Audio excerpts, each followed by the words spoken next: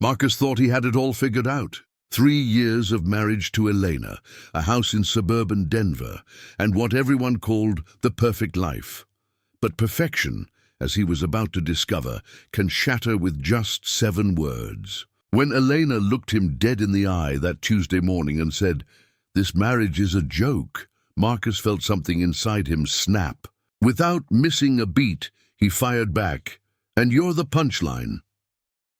What happened next would turn their quiet neighborhood upside down and reveal secrets that neither of them saw coming. Before we jump back in, tell us where you're tuning in from, and if this story touches you, make sure you're subscribed, because tomorrow, I've saved something extra special for you. Marcus Rivera had always been the type of guy who planned everything down to the minute. His coffee was ready at 6:15 a.m. sharp. His tie was perfectly knotted by 6:30, and he was out the door by 7 go to catch the same train he'd been taking for the past 5 years to his accounting firm in downtown Denver. Routine was his religion, predictability his prayer.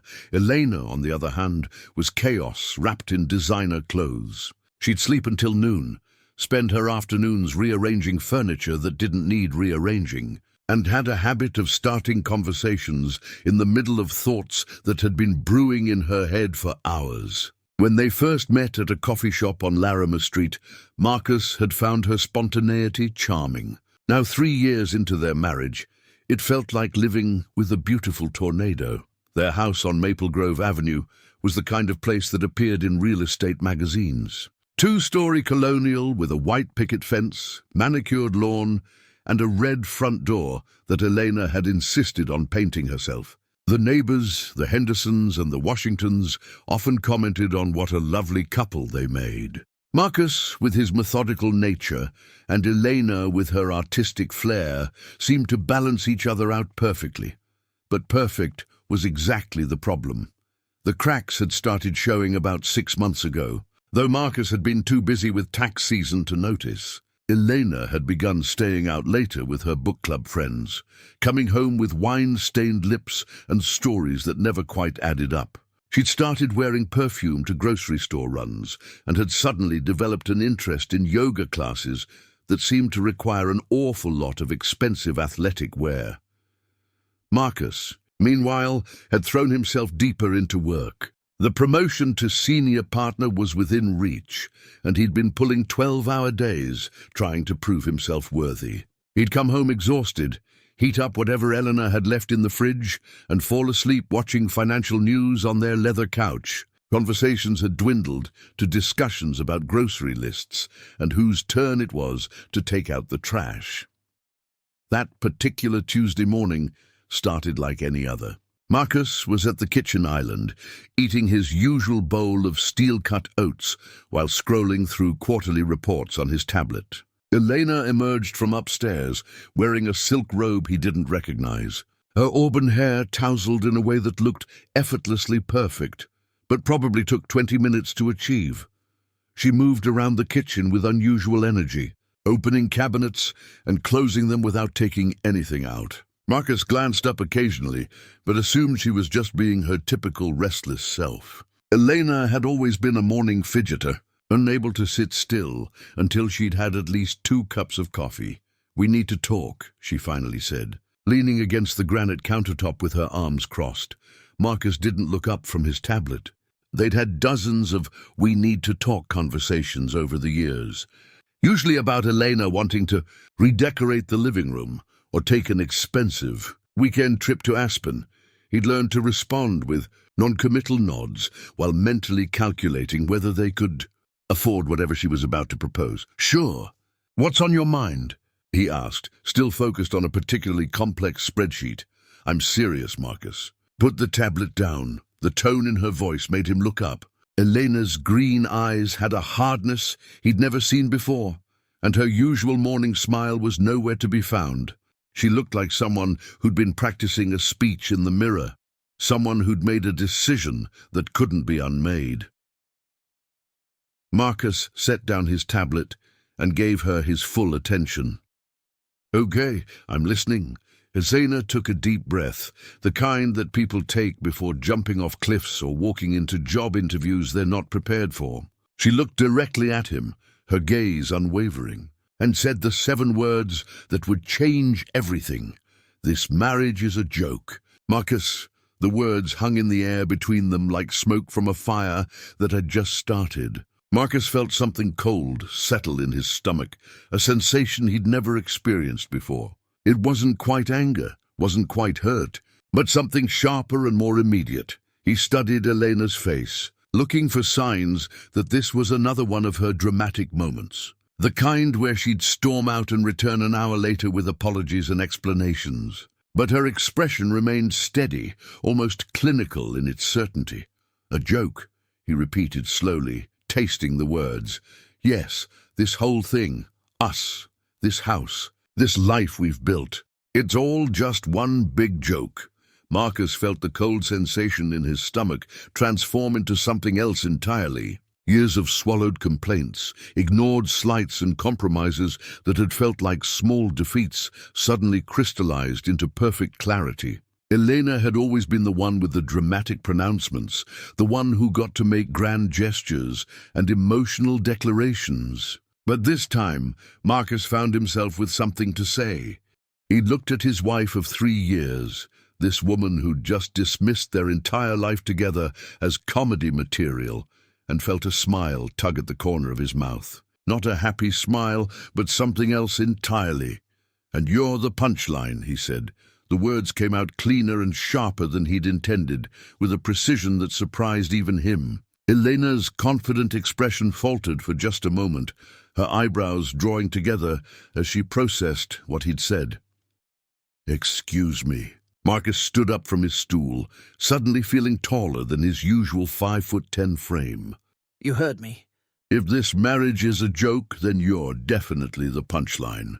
The spoiled wife who sleeps until noon, spends money we don't have, and thinks the world revolves around her latest whim. Yeah, that's pretty funny." Elena's mouth opened slightly, but no words came out.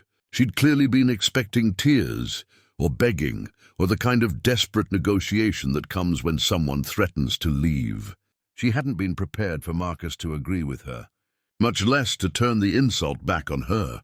"I've been thinking the same thing for months," Marcus continued, surprised by how good it felt to finally say what he'd been thinking. "Watching you pretend to be this free spirit when really you're just irresponsible. Watching you act like you're too good for our life when you've never contributed a single dollar to it."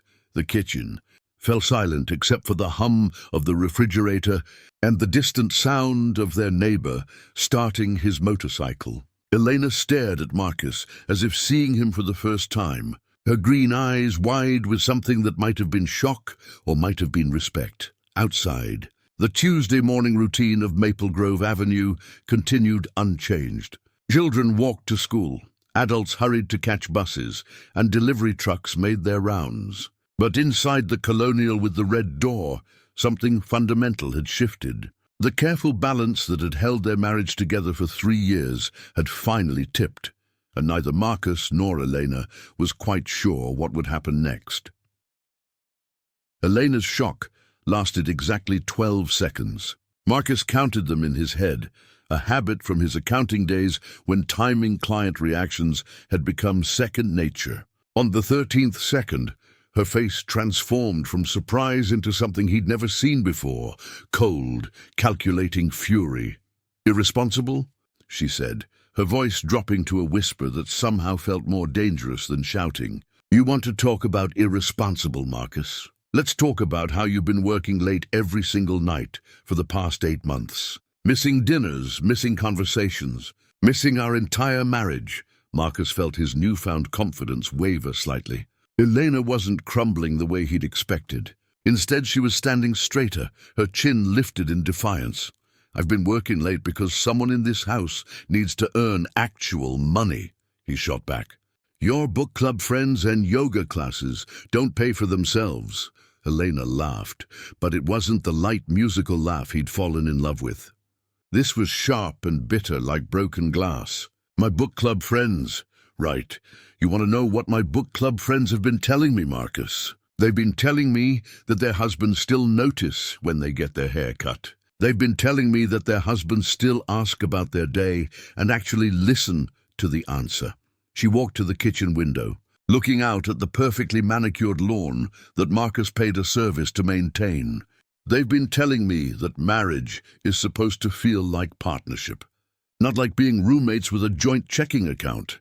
Marcus followed her gaze outside, where their neighbor Janet Washington was loading her kids into a minivan. Janet's husband Derek was helping with backpacks and lunchboxes, stealing a quick kiss before Janet drove away. They looked happy, Marcus realized with an uncomfortable jolt. When was the last time he and Elena had looked that comfortable together? "So what are you saying, Elena? That this is all my fault?" She turned back to him, and for a moment her expression softened. "I'm saying we both stopped trying. You buried yourself in spreadsheets and She paused, seeming to weigh her words carefully. "I found other ways to feel alive." The way she said it made Marcus's stomach drop. "What kind of other ways?" Elena walked to the coffee maker and poured herself a cup with deliberate slowness. Her hands weren't quite steady, Marcus noticed. Whatever confidence she'd built up for this conversation was starting to crack around the edges. "His name is David," she said without turning around. "David Chen. He's an art instructor at the community center." The words hit Marcus like a physical blow. He'd been prepared for complaints about their marriage, even for dramatic ultimatums. But this, the idea that Elena had been living a completely separate life, one that included another man, made him feel sick and furious at the same time. Preparing and narrating this story took us a lot of time, so if you are enjoying it, subscribe to our channel. It means a lot to us. Now back to the story. How long? He managed to ask. 4 months. Elena finally turned to face him, her coffee cup held in front of her like a shield. "It started innocently. I signed up for a pottery class because I was bored out of my mind in this house. David was patient with me, funny. He paid attention when I talked. Marcus wanted to throw something, to punch the wall, to do anything that would release the rage building in his chest. Instead, he found himself asking the question that terrified him most. Do you love him?" Elena's pause lasted longer than her earlier shock. She stared into her coffee cup as if it contained the answer to everything. When she finally looked up, her eyes were bright with unshed tears. "I don't know," she whispered. "But I know that when I'm with him, I remember who I used to be before I became Mrs. Marcus Rivera. I remember what it felt like to have someone actually see me." Marcus felt something inside him break, but it wasn't his heart. It was something harder and more practical. His illusion that their marriage had been salvageable. Elena wasn't just unhappy. She'd already left him emotionally months ago. This conversation wasn't about fixing their problems. It was about Elena working up the courage to make her exit official. "So what now?" he asked, surprised by how calm his voice sounded. "You move in with your pottery teacher?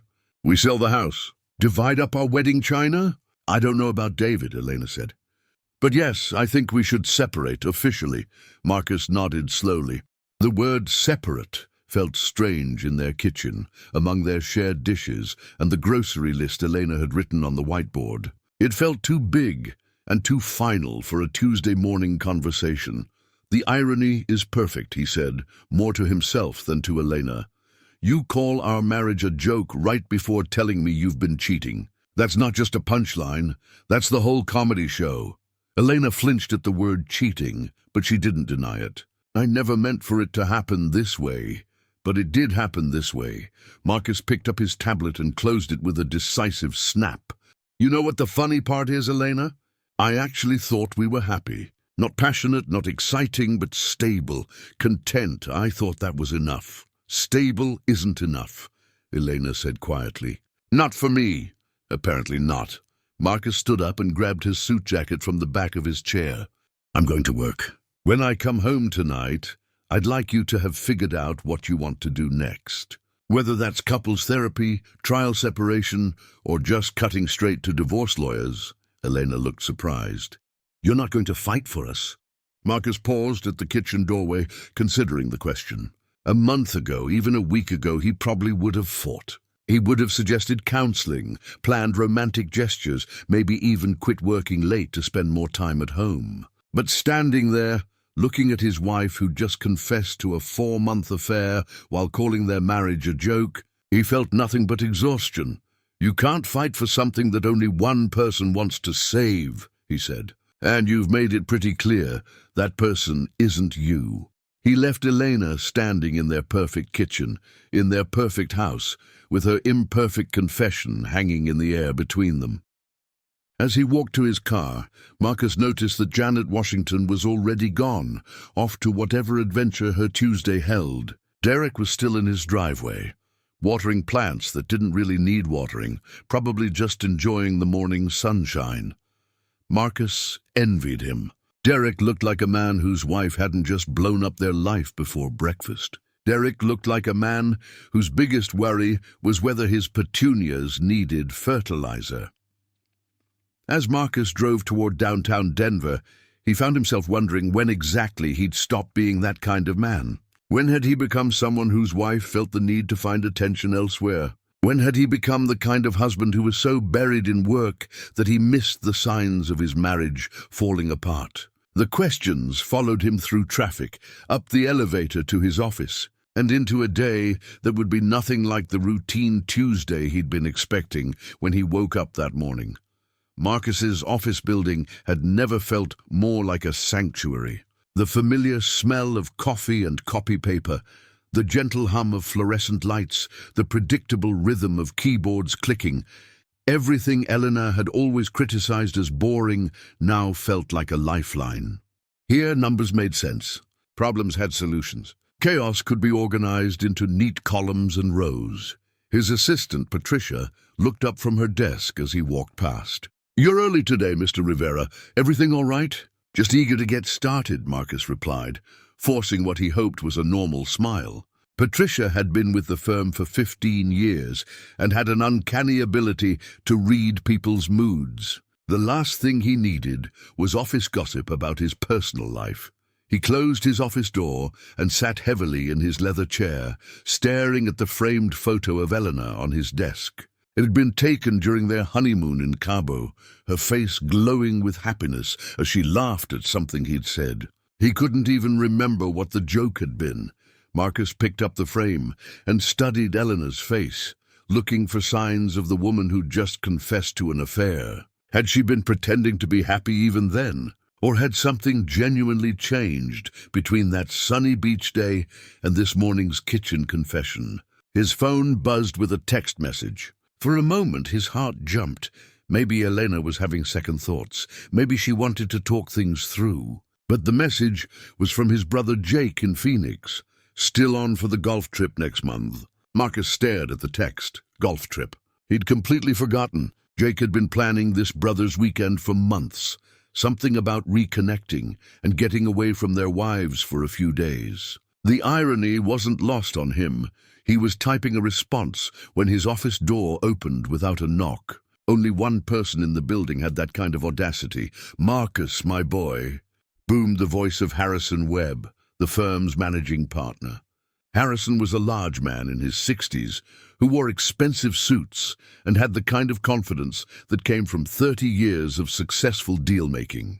"Just the man I wanted to see." Marcus quickly turned the photo face down and stood up. "Good morning, Harrison.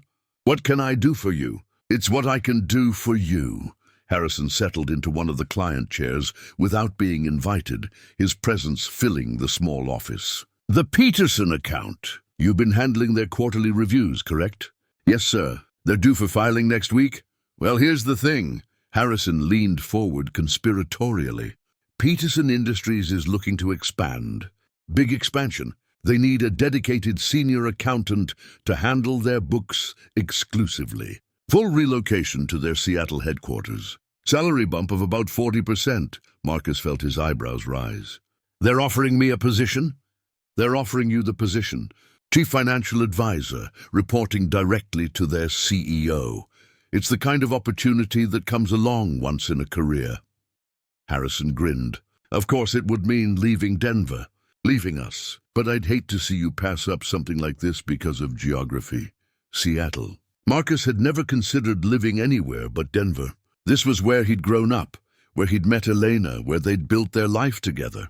The house on Maple Grove Avenue, their social circle. Elena's pottery classes. Everything was here. Elena's pottery classes. Where she'd met David Chen. When would they need an answer? Marcus asked. End of the week. They want someone to start in 6 weeks, if possible. It's a big transition, I know, but... Harrison stopped mid-sentence, studying Marcus's face. You're actually considering this, aren't you? I thought I'd have to spend 20 minutes convincing you. Marcus realized he was considering it. More than considering it, the idea felt like a door opening in a room he hadn't known he was trapped in. Can I think it over? Of course, of course. Talk it over with Elena. See what she thinks about the Pacific Northwest. Harrison stood to leave, then paused. Between you and me, Marcus, you've seemed a bit burned out lately. Maybe a change of scenery is exactly what you need. After Harrison left, Marcus sat in the quiet of his office, processing this unexpected development. 6 hours ago, his biggest concern had been a quarterly report deadline. Now his wife was having an affair, and he was being offered a chance to start over in a completely different city. He pulled out his phone and scrolled through his contacts until he found Jake's number. Instead of texting back about the golf trip, he pressed call. Marcus? What's up, man? You'd never call during work hours. Jake, I need to ask you something. How did you know Sarah was the one? There was a pause on the other end of the line. That's a weird question for a Tuesday morning. Is everything okay with Elena? Marcus looked out his office window at downtown Denver, stretching below him. People hurrying to meetings, grabbing coffee, living their lives with purpose and direction.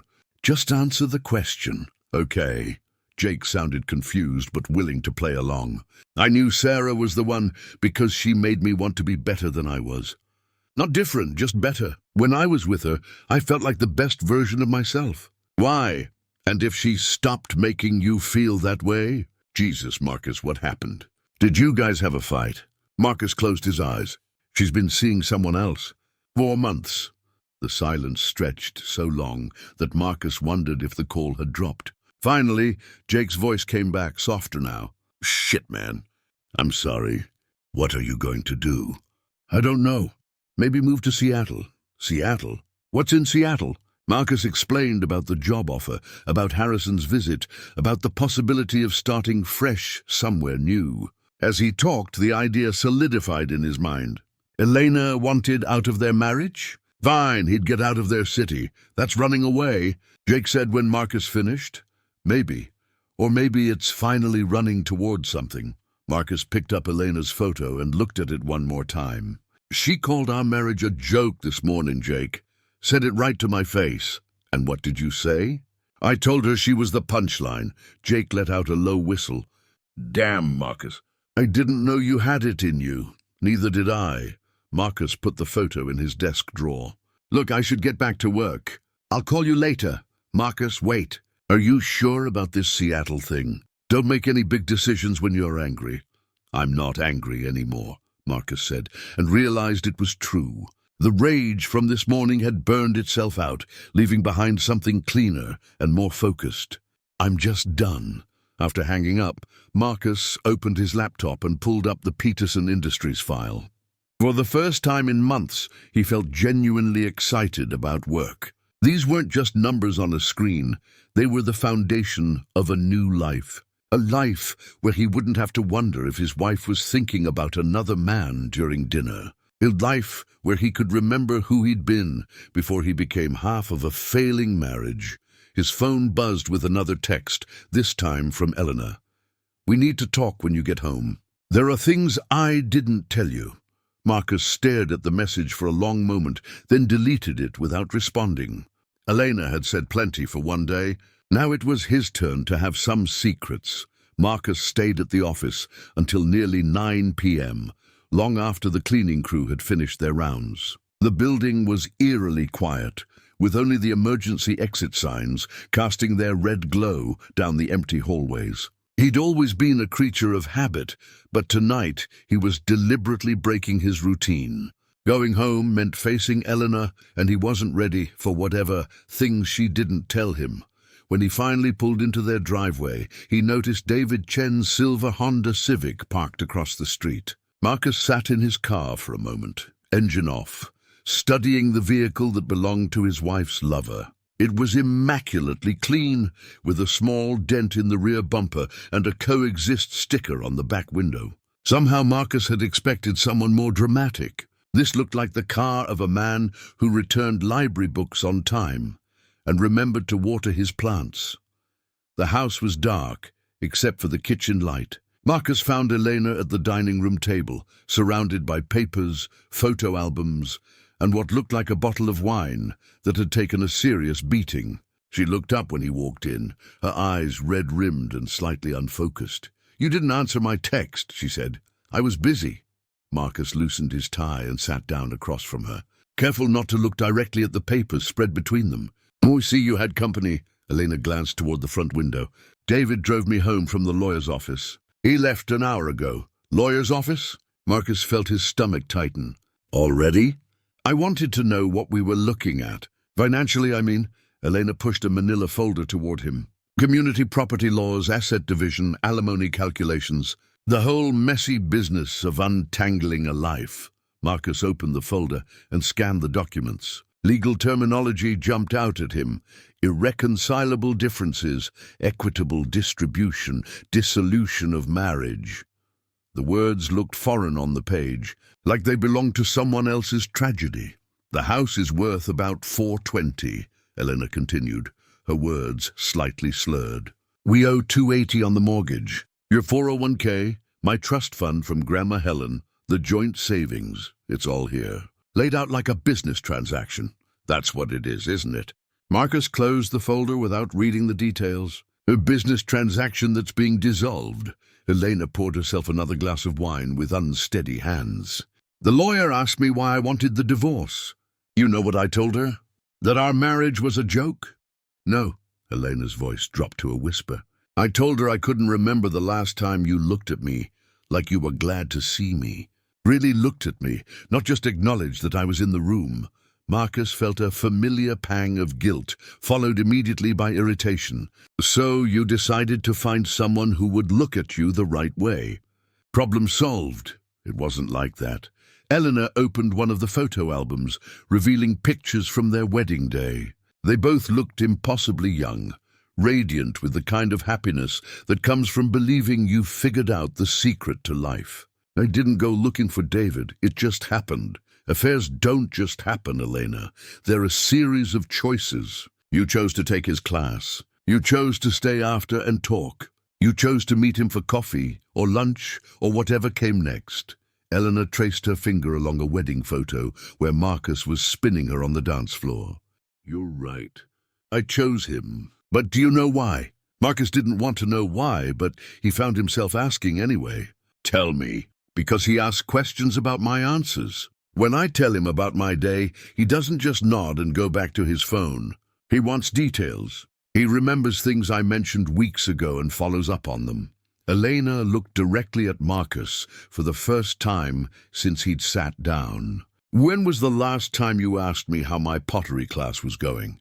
The question hung between them like an accusation. Marcus realized he couldn't remember ever asking about her pottery classes. He'd been vaguely aware she was taking them, the same way he was aware she bought groceries and got her hair cut. Background activities that happened in Elena's life while he focused on spreadsheets and quarterly reports. "I didn't think you wanted me to ask," he said finally.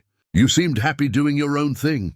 "I was dying inside this house, Marcus. Dying of loneliness while married to a man who shared my bed but not my life." Elena's voice cracked. "I tried to tell you. Remember last Christmas when I suggested we take cooking classes together? Or in February when I wanted to plan that weekend trip to the mountains?" Marcus did remember. He'd been swamped with tax preparation and had brushed off both suggestions with promises to talk about it later that had never materialized. "So this is my fault," he said, but without heat. He was too tired for anger. "It's both our faults. We stopped trying to know each other." Elena pulled out another document from the pile. "But there's something else I need to tell you. Something that changes everything." Marcus looked at the paper she'd placed in front of him. It was a bank statement from an account he didn't recognize, showing regular deposits over the past year. What am I looking at? My pottery business. I've been selling pieces online, doing custom orders. That trust fund from Grandma Helen? I never touched it. I've been using it as collateral for a small business loan. Eleanor's voice gained strength as she talked. I'm not the spoiled, irresponsible wife you think I am, Marcus. I've been building something. A real business with real income. Marcus studied the numbers. The deposits weren't huge, but they were consistent and growing. Elena had been earning money, good money, and he'd had no idea. Why didn't you tell me? Because you never asked what I did all day. You assumed I was shopping or lounging around the house. It was easier to let you think that than to explain something you weren't interested in hearing about. Marcus felt the ground shifting beneath him again. Every assumption he'd made about Elena, every justification for his own behavior, was being systematically dismantled. She wasn't just a bored housewife having an affair. She was a woman who'd built a business while her husband wasn't paying attention. The lawyer said something interesting today, Elena continued. She said the biggest predictor of divorce isn't infidelity or money problems. It's contempt, when spouses stop seeing each other as partners and start seeing each other as obstacles or disappointments. Marcus set down the bank statement. And you think I have contempt for you? I know you do. And honestly, I have contempt for you too. For your rigid routines, your obsession with work, your complete inability to be spontaneous or passionate about anything that isn't on a spreadsheet. The words stung because they were true. When was the last time he'd felt passionate about anything beyond securing the Peterson account or reaching his quarterly goals? So where does that leave us? Marcus asked. Elena gathered the papers into neat piles, her movements suddenly decisive. It leaves us here, with a choice. We can go through with the divorce, split everything down the middle, and hope we both find people who actually like us. Or we can try to remember why we fell in love in the first place. But that would mean real changes, Marcus. Not just promises or good intentions. Actual fundamental changes in how we treat each other. Marcus looked around their dining room, at the wedding photos and legal documents, at his wife, who was both stranger and familiar. Outside, David Chen's Honda was gone, but the question remained, was their marriage worth saving, or was it just a joke that had finally reached its punchline? Marcus woke up on the couch at 3:47 a.m. with a crick in his neck and the taste of regret in his mouth. Elena had gone to bed around midnight, leaving him alone with the divorce papers and a half-empty bottle of wine. He'd spent hours staring at the ceiling, replaying their conversation and wondering when exactly he'd become the kind of husband his wife needed to escape from. The house felt different in the pre-dawn darkness. Not just quiet, but hollow, like something essential had been removed from its foundation. Marcus walked to the kitchen and started making coffee, a ritual so automatic he could do it blindfolded. But as he reached for his usual mug, a plain white ceramic one Elena had always hated, he stopped. Instead, he pulled down the blue pottery mug Elena had brought home months ago. She'd been so excited about it, explaining how she'd thrown it herself and how the glaze had turned out better than expected. He'd mumbled something polite and gone back to reading his financial news. Now, holding the mug, he could see the subtle imperfections that made it unique, a slight wobble in the handle, variations in the blue that created depth and character. His phone buzzed with an email notification. Harrison Webb sent at 3:32 a.m. Marcus, Peterson Industries called. They want to move up the timeline. Need your answer by Thursday. This is big. Don't overthink it. Thursday, 2 days from now. Marcus set down the mug and stared at the email. 6 months ago, this would have been an easy decision. Take the promotion, convince Elena to move, start fresh in Seattle. But Elena's revelation about her pottery business complicated everything. She wasn't just a dissatisfied wife anymore. She was a woman with her own dreams and growing success. You're up early. Marcus turned to find Elena standing in the doorway, wearing an old NYU sweatshirt and looking more vulnerable than he'd seen her in months. Her hair was messy from sleep, and she had pillow creases on her cheek, the kind of imperfections that used to make him want to pull her back to bed. "Couldn't sleep," he said. "Coffee." Elena nodded and sat at the kitchen island, while Marcus poured her a cup in her favorite mug, a delicate porcelain one with tiny, painted flowers that he'd always been afraid of breaking. They sat in comfortable silence for a few minutes, both lost in their own thoughts. "I ended it with David," Elena said suddenly. "Yesterday, before I went to the lawyer." Marcus felt something shift in his chest, though he wasn't sure if it was relief or just surprise. "Why?" "Because I realized I wasn't in love with him. I was in love with how he made me feel about myself." "That's not the same thing." Elena wrapped her hands around her mug. "He was kind about it. Said he'd been waiting for me to figure that out. Smart man. Smarter than I gave him credit for." Eleanor looked directly at Marcus. "He told me something that's been bothering me all night. He said, I talked about you more than I talked about him during our entire affair." Marcus raised an eyebrow. "I'm not sure how to take that. I complained about you constantly. How you never listened. How you worked too much. How you'd become a stranger. But David said it was obvious I still loved you, because people don't get that angry about someone they don't care about." Marcus set down his coffee cup, processing this information. "And what do you think? Do you still love me?" Elena was quiet for so long that Marcus wondered if she'd heard the question. When she finally answered, her voice was barely above a whisper. "Yes, but I don't know if that's enough anymore. Love without compatibility, without partnership, what's the point?" Marcus felt the Seattle job offer weighing on him like a physical burden. 2 days ago he would have told Elena about it immediately, discussed the pros and cons, made the decision together. Now it felt like a secret weapon, something he could use to escape if this conversation went badly. What would it look like? He asked instead. "If we tried to fix this?" Elena stood up and walked to the kitchen window, looking out at their backyard, where spring flowers were starting to bloom. "I don't know. Couples therapy, maybe. Real conversations about what we want from life. You'd have to be willing to actually prioritize our marriage, not just give it leftover energy after work. And you'd have to be willing to trust me again. To believe I can change. That's the hardest part," Elena admitted. "I've been building walls around my heart for so long, I'm not sure I remember how to let them down." Marcus joined her at the window. Their neighbor Derek Washington was already outside, tending to his garden with the kind of focused attention Marcus usually reserved for balance sheets. Derek's wife Janet appeared with a cup of coffee, kissing her husband's forehead before heading back inside. Such a simple gesture, but it spoke of a partnership that Marcus and Elena had lost somewhere along the way. "I got a job offer," Marcus said suddenly. "In Seattle. 40% salary increase, fresh start, everything we'd need to build a new life." Elena's reflection in the window went very still. "When?" "Yesterday morning, before our conversation. My boss wants an answer by Thursday. Are you going to take it?" Marcus studied Elena's face in the glass, trying to read her expression. "That depends." "On what?" "On whether you think there's anything left here worth fighting for." Elena turned away from the window to face him directly. "What about my business? My clients?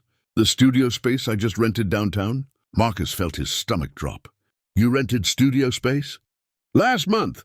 A small place near the art district. I was going to tell you when I got the first month's sales figures." Elena's voice grew stronger. "I'm not the same person who married you 3 years ago, Marcus.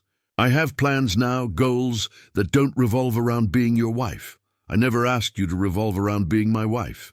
You didn't have to ask. That's what wives do, isn't it? Support their husband's career, make the home comfortable, provide emotional labor without expecting much in return." Eleanor's eyes flashed with old resentment. "But I'm done being that kind of wife." Marcus felt the familiar stirring of anger, followed immediately by shame. Elena was right. He had expected exactly those things, so naturally that he'd never even questioned whether she wanted to provide them. "So what are you saying? That you want the divorce after all?" "I'm saying that if we're going to stay married, it has to be as equals." Not as a successful businessman and his artsy wife, but as two people with dreams that matter equally. Elena crossed her arms. Your Seattle job is a perfect example. 6 months ago you would have accepted it and assumed I'd follow you wherever your career led. But I have a career now too. Marcus looked around their kitchen at the evidence of their shared life. Shared bills on the counter, shared groceries in the refrigerator, shared memories in every corner. But underneath all that sharing, they'd been living separate lives for months. What if we could make it work in both directions? He said slowly. What if I turned down Seattle and we both committed to actually building something together here? Not just coexisting, but partnering. Elena's expression softened slightly. You'd give up the biggest opportunity of your career? Maybe the biggest opportunity is right here, Marcus said, surprised by his own words. Maybe it's figuring out how to be married to someone I actually know. For the first time in months, Elena smiled at him, not the polite, distant smile she'd perfected, but something real and hopeful that would require you to actually get to know me, she said. The real me, not the version you've been living with. Marcus reached out and touched her hand, a simple gesture that felt revolutionary after months of careful distance. I'd like that, he said. I'd like to meet my wife. 6 months later, Marcus stood in Elena's new studio, watching his wife shape clay on her pottery wheel with the kind of focused intensity he'd once reserved for closing deals. Her hands moved with practiced confidence, coaxing a lump of earth into something beautiful and purposeful. Sunlight streamed through the large windows of the converted warehouse space, illuminating dust motes that danced around Elena like tiny galaxies. You're staring, she said without looking up from her work. I'm observing, Marcus corrected, settling into the chair he'd brought from home specifically for these visits. There's a difference. Eleanor's studio had become his favorite place in Denver, not because it was beautiful, though it was, with its exposed brick, walls, and Elena's colorful pieces displayed on floating shelves, but because it was where he'd learned to see his wife clearly. For the first time in years, the decision to stay in Denver hadn't been easy. Harrison Webb had been furious when Marcus turned down the Seattle position, muttering about wasted opportunities and career suicide. But 6 months later, Marcus's client base had grown by 30%. Partly because he'd started treating his work like a craft worth perfecting, rather than just a means to an end. Mrs. Rodriguez wants to commission a full tea service for her daughter's wedding. Elena said, her foot working the wheel's pedal with rhythmic precision. 40 pieces. It's the biggest order I've ever gotten. That's incredible. Marcus pulled out his phone to add a note to their shared calendar, a system they developed to keep track of both their professional commitments. When does she need it by? October. Which means I'll need to start firing pieces next month to account for breakage. Elena finally looked up from her wheel, clay-streaked and glowing with satisfaction. I might need to hire an assistant. Marcus felt a familiar surge of pride. Elena's business had exploded once she'd started taking it seriously. Her Instagram account had 12,000 followers. Her pieces were selling in 3 local galleries, and she'd been featured in Colorado Arts magazine. She wasn't just making pottery anymore. She was building an empire, one beautiful piece at a time. Have you thought about who you want to hire? Actually, yes. Eleanor wiped her hands on her apron, suddenly looking nervous. David Chen applied for the position. Marcus felt the old familiar tightness in his chest, followed immediately by something new, curiosity instead of jealousy. And I think he'd be perfect for the job. He's talented, reliable, and he understands my aesthetic vision. Elena searched Marcus's face for signs of the old anger. But I wanted to talk to you about it first. 6 months ago, this conversation would have ended in a screaming match. The old Marcus would have seen David's job application as a threat, evidence that Elena was planning to resume their affair. But the Marcus who sat in this sunny studio had learned to listen before reacting, to ask questions before making accusations. Do you think you can work with him professionally without it becoming personal again? Elena considered the question seriously. Yes. David and I talked about it when he applied. We both know that what we had was about escaping our real lives, not building something together. Now that I'm not trying to escape anymore, she gestured around the studio. This is my real life. Our real life, Marcus nodded. Then hire him if you think he's the best person for the job. Elena's face broke into a smile that reminded Marcus of their honeymoon photo. Just like that? Just like that. Marcus stood up and walked over to examine her latest creation, a vase with flowing lines that seemed to capture movement in clay. I trust you. More importantly, I trust us. That trust hadn't come easily. They'd spent 3 months in couples therapy with Dr. Sarah Kim, a no-nonsense counselor who'd forced them to examine every assumption they'd made about marriage, love, and partnership. They'd had fights that left them both crying, breakthroughs that felt like religious experiences, and homework assignments that had seemed impossible until they weren't. The biggest change hadn't been in how they communicated, though they'd gotten much better at that. It had been in how they saw each other. Marcus no longer viewed Elena as an appendage to his life, but as a full person with her own dreams and disappointments. Elena had stopped seeing Marcus as an obstacle to her happiness and started recognizing him as a potential teammate. They'd instituted new rules: no phones during dinner, weekly check-ins about their individual goals, monthly adventures planned by whoever felt most spontaneous that week. Marcus had started taking salsa dancing lessons with Elena. Elena had begun joining Marcus for his morning runs, though she complained loudly about the early hour. Speaking of trust, Elena said, putting her finishing touches on the vase, I have something to tell you.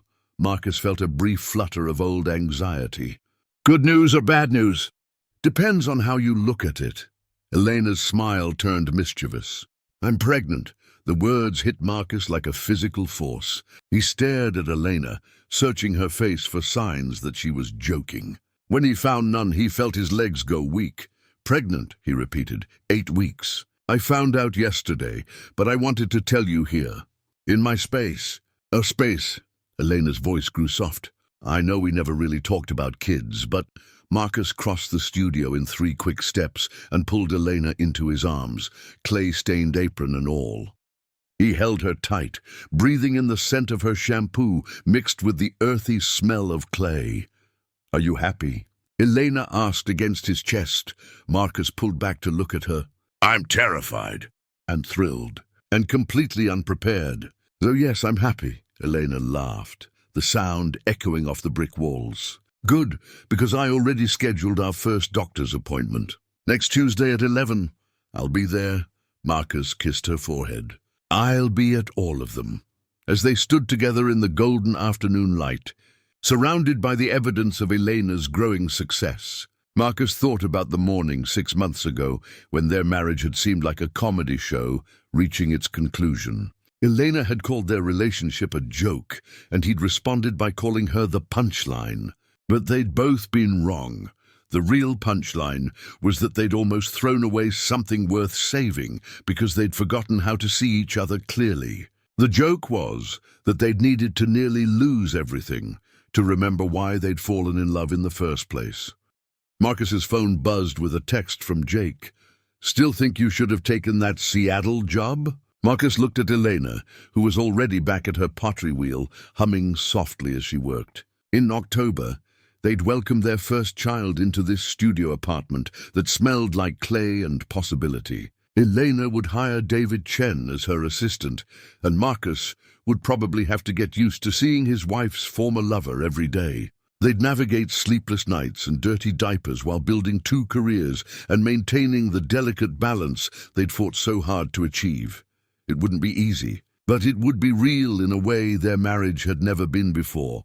Marcus typed back to Jake, Seattle's got nothing on Denver.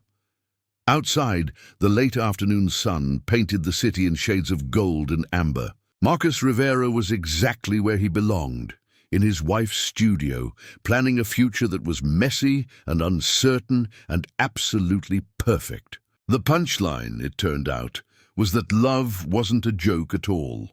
It was the most serious thing in the world, and it was worth every bit of work it required. Up next, you've got two more standout stories right on your screen. If this one hits the mark, you won't want to pass these up. Just click and check them out. And don't forget to subscribe and turn on the notification bell so you don't miss any upload from us.